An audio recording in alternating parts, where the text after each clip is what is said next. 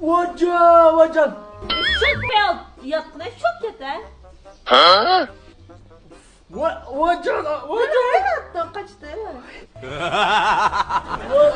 Ne vacan? Oy dudu koşetkan setkaca şok yat dedim.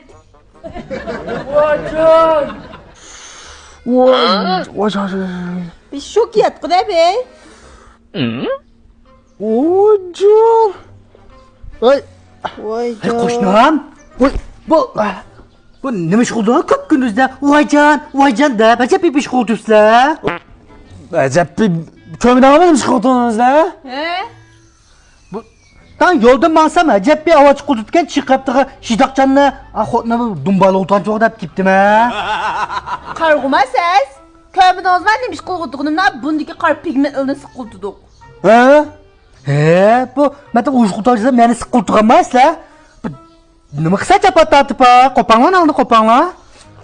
Bu çapat atıp sıkmasan da bempa bayanın ha. Hotun bempa var dedi ya ayten. Ben pavaya. Kadda bempa var dedi bempa ba. Mana gördünüz mü? Tıbbi perişka şekli işte bazarsa dil izhar markası kayna ve bunu çaplatkan kalp pigmentini atkan da mesulat bağımında. Mani çaplasın da asan yakalım 10 det kızım da ince atıp sıkısını ketmeydi ha. Nima zamdı ha? Nimi yandı o? Nima dep ketgini? Bunun içinden 3 xil mesulat çıktı mı da? Birincisi ne? Ve ter yumuşatkan soyuqluq çıktı.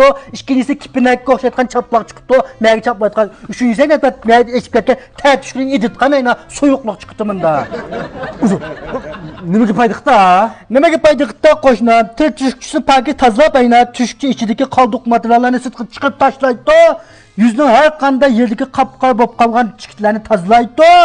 Yine danı koyak sebebini bulap kalgan kar tüşkülerini pakiz oңşaydı. Çırayını nurlu kıtı, çırayını yumuran kıtı, pak katıtı, vuz kıtı. Sınıqlaydı bunda.